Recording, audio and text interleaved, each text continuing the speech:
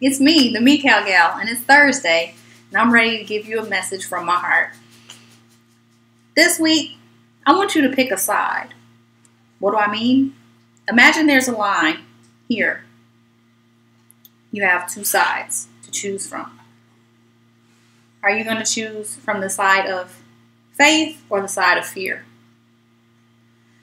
The scripture that was given to me for this particular video initially has to do with James 2:26, which says, "For as the body without the spirit is dead, so faith without works is dead also." Ponder that for a second, but just think about it. You can have one without the other, but when it says it's dead, dead is ineffective. Dead is like almost moot. It's not going to get the job done. Now, if you have the spirit and body working together, now you've got something you're working with. And if you've got faith and works together, boom, you got some power. And when we're talking about works, I don't want people to get confused, because I know I was always confused about this before until I was enlightened with some revelation. As far as the works is concerned, it's not about just any good works you do, but the works that you do that align with your faith.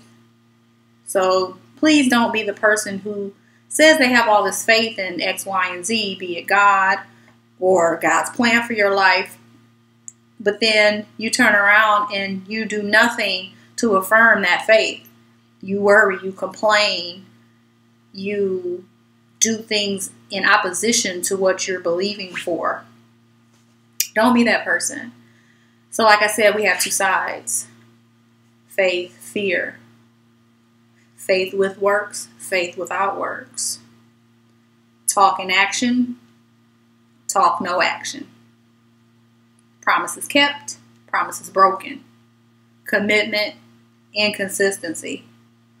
Courage, fear. Which side are you going to choose?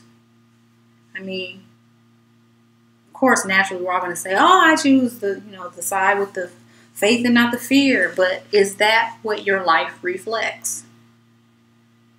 Are you walking in the call in your life? Do you even want to know what it is? If you know, are you trying to run from it? Because if you are, you have dialed sorry, you're on this side over here. So this caused me just to look a little closer. I don't usually do this much research first. I usually just get a scripture and I'm able to talk, but I did a little more digging, and I found another scripture, Mark 3:25, and it says, "And if a house be divided against itself, that house cannot stand." It says the same thing about a kingdom in the verse before, and even Satan in the verse after.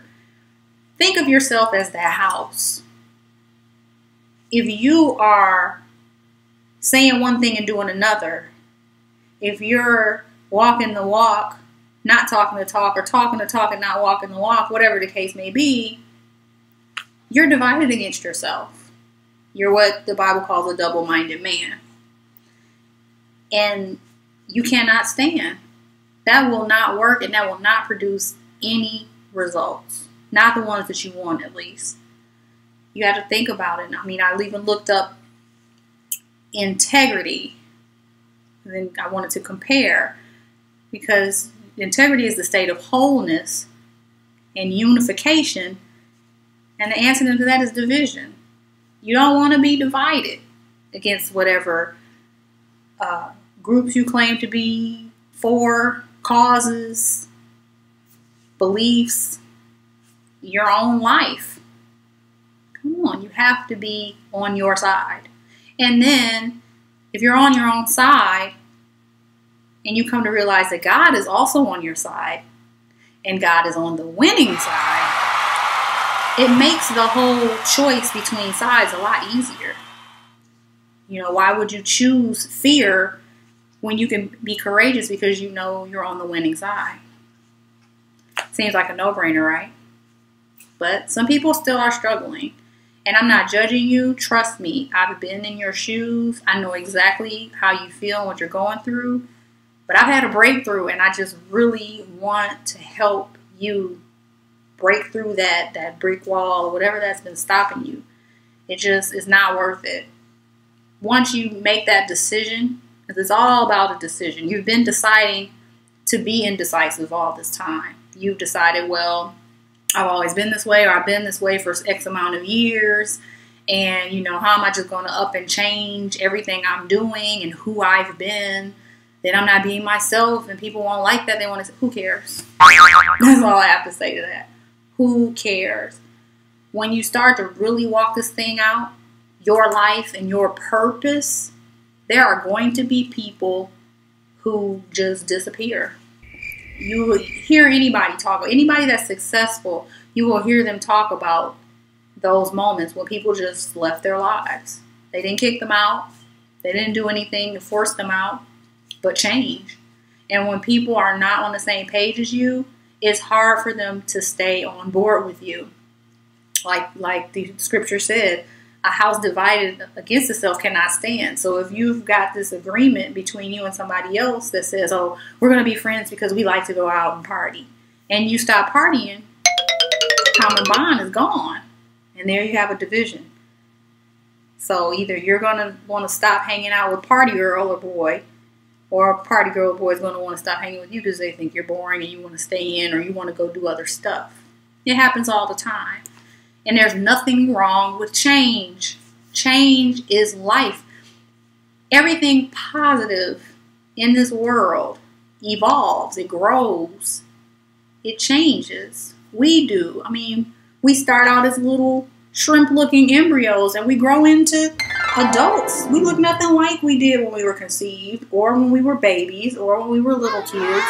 We change and we grow, and then we grow and grow old. We get wrinkly, or you know, get a little soft skin. We may lose some of our eyesight. We change. We change all the time. We start to sprout gray hairs. Things change. And that's okay. There's nothing wrong with that. When you start to fight that, you're divided against yourself. That's just the natural evolution of life. Don't fight it. Let's go with the flow. You'll be so surprised at how positive and affirmed you'll feel. How much better you'll feel than you do now because you are divided against yourself. So let's stop the division. Pick this up. Pick this up. You'll be happier for it. See you next week. Bye-bye.